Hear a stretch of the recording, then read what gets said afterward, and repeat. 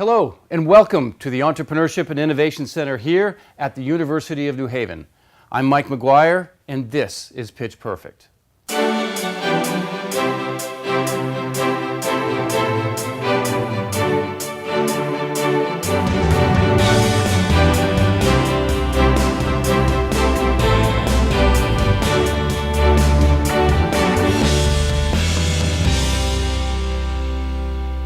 Welcome to Pitch Perfect. This is the place for you to pitch your new business idea, get feedback, and feel what it's like to be on the spot. At Pitch Perfect, we invite students from all over Connecticut to stand on the spot and pitch their business ideas to a panel of expert judges. After each pitch, our judges will decide if you and your pitch have what it takes to make it through to the next round. And if you do, then we'll help you refine your pitch before returning to the spot to pitch again for a chance to compete in our pitch-off at the end of the season, battling it out for an all-expense-paid trip to a nationally recognized entrepreneurship conference.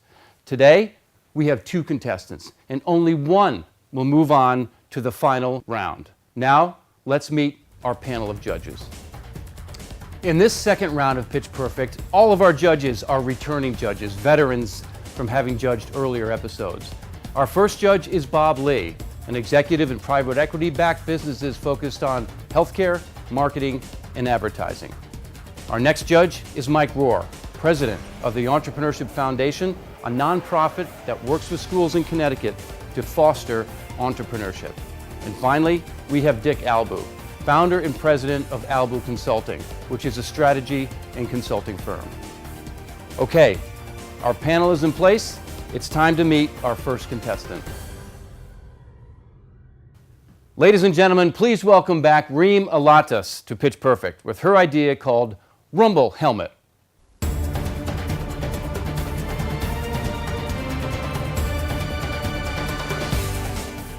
Reem, you're on the spot. You've got 2 minutes. Go. Rumble Helmet, a smart bicycle helmet with integrated adaptive light system. Do you know that cycling is the second most popular physical activity in the US after running? And it was my passion since I was a little girl. But I was afraid of getting into an accident, especially those accidents that are caused by poor visibility or poor communication with other road users. And I'm not alone. There are 818 cyclists who were died or killed on US roads last year. Therefore, I thought of making a product that combines all cycling safety aspects in a head protection enclosure to increase cyclist visibility and conveys better communication with other road users, which is Smart Helmet that has front flashlight, back light, turn signals, and uniquely designed side light to indicate to other road users whether the cyclist is going straight ahead, turn right, or left. Rumble Helmet has 2 granted patents, design patent and utility patent, because of its unique activation method, which is using hand signals. Our target market includes cyclists of different genders and different ages. Our competition includes regular helmets and also lights that can be attached on any helmet or lights that can be attached on bicycles. Each unit is cost to manufacture $120 and will retail for $185, which make our gross margin 35% and our expected sales by end of 2018 $1.85 million. So, are you ready to rumble? Thank you, Reem. That was great. And I'm particularly interested. I'm an avid cyclist, so I can't wait to learn more about your invention. Now, you have some information or prop that you'd like to hand to the judges so they can understand the product better. Go ahead. Sure. It's some renderings to show how the helmet works. All right. Well, while you're looking at that, Dick, I'm going to go ahead and have Mike lead the charge here. Go ahead. Reem, good idea. You mentioned you have a patent. So where are you in the stage of developing the product? Where are you with that? I'm right now developing the prototype, the ready for market prototype, and I'm making this prototype in China. So right now we finished the base, which is the helmet that has a ventilation system to be CSPC accredited. And now we're gonna choose the electronics that match this helmet. Thank you, Reem. How do you plan to market this helmet once you've got it ready to go? tech bloggers, so this is going to be a big thing, and also go to some events here in Connecticut and New York and the tri-state area, such as Tour de Lyme and other events. Would you sell it directly online? Would you use retail? It's going to be online and retail, yeah. It's going to be in stores as well. So my plan was to go to shops that sell bike helmets and bicycles, yeah, specialty shops, yeah, that people can go to buy like some good products. What's the average price of a good quality helmet right now? Good quality helmet, yeah, will range from $50 to $300 without lights, without the tech part. So yeah, people are willing to pay. And I met actually with some meetup groups and some focus groups who are cyclists to ask them if they're willing to pay such an amount for a helmet. And they were like, yeah, even without having the light system. If it's a good helmet with good ventilation system, then yeah. Have you validated the market to determine if there's a demand for this type of helmet? Yes, I did a survey, and actually probably 75% of the people that I asked, they said yes, they're willing to buy such a helmet. And there are some like similar products in the market who did campaigns on Kickstarter and Indiegogo, but they don't have the patent. We have the patent. Yeah, they did great on these two campaign platforms. So people are willing to buy, to like adopt such technology. Are other companies then violating your patent? Yes. So have you taken action against them? Yeah, I sent them a letter, but not like an official cease and desist letter. No, I just contacted them in a friendly way because, to be honest with you, one of like our income resources is licensing the patent that I'm thinking of. Yeah. So we will see how things will go. I still didn't hear from them because I just did that recently, but it takes time. Well, thanks, Reem. Thank that you. was a great presentation, and we'll see you in a few minutes. And right now, let's meet our next contestant. Ladies and gentlemen, please welcome back Kenny Sorrentino to Pitch Perfect with his idea called Marks.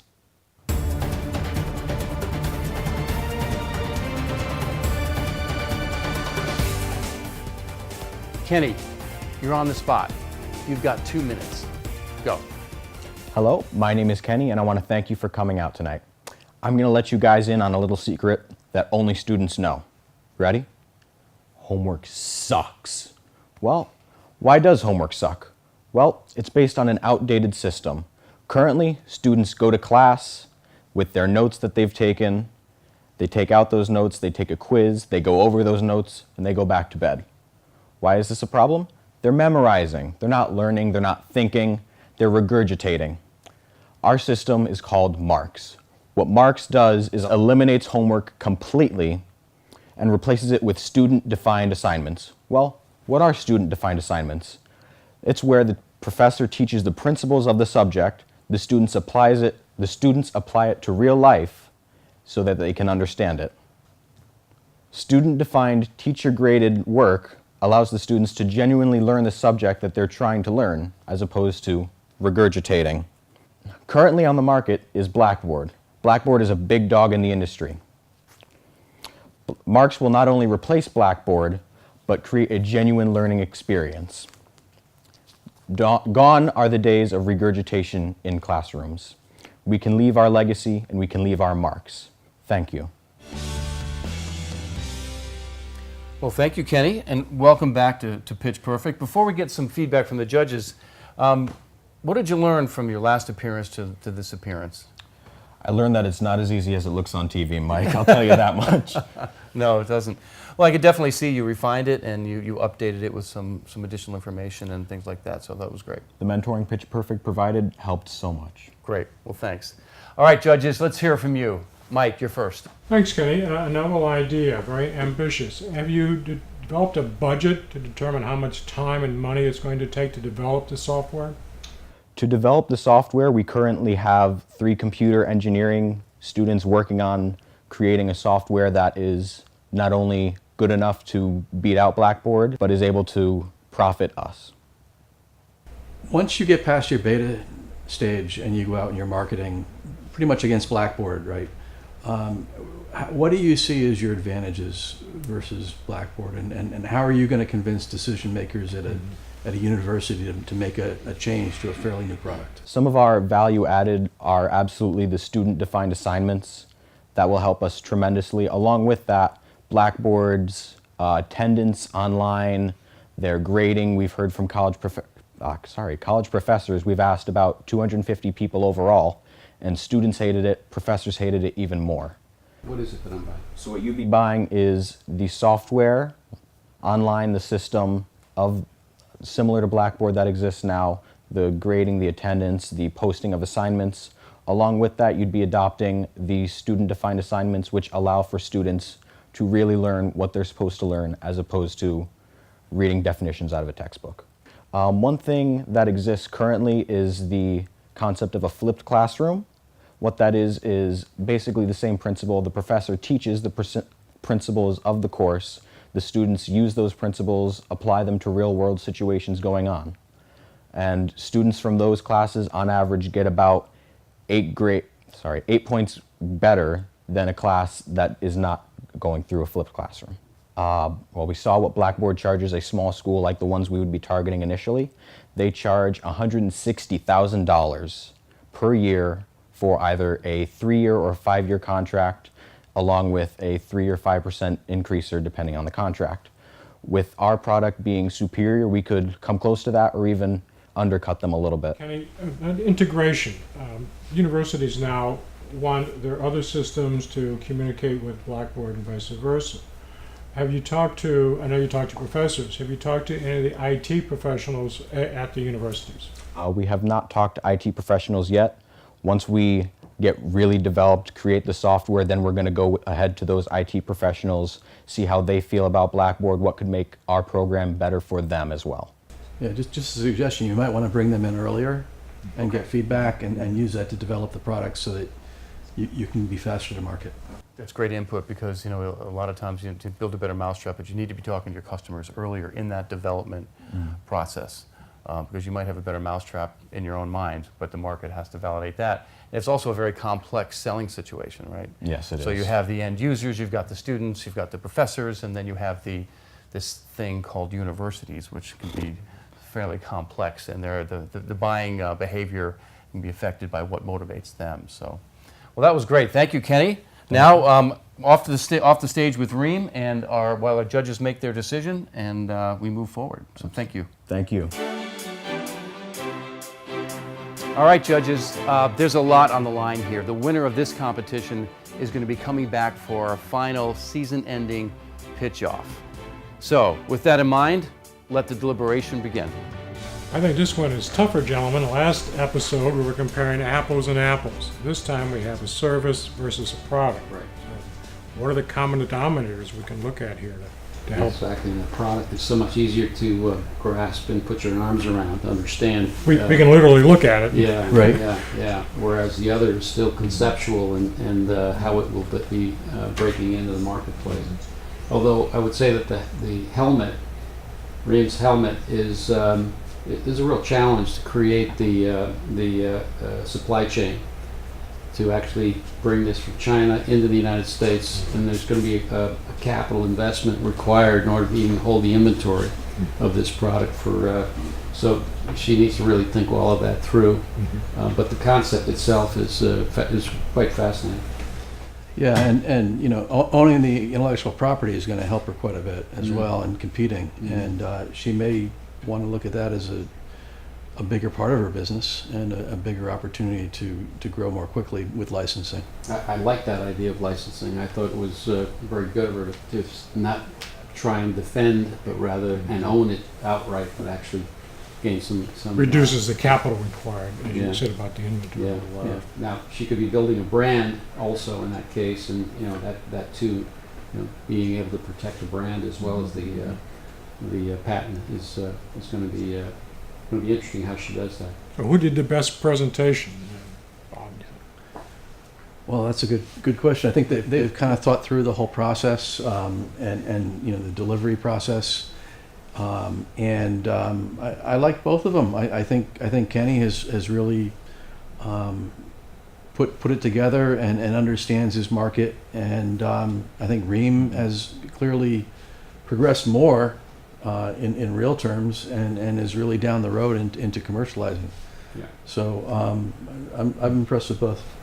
I like the visual that she provided, Reem provided. I think that was very helpful to really kind of grasp the idea. I don't know if she'll be able to market that to children and younger people at that price point. Diamonds and diapers.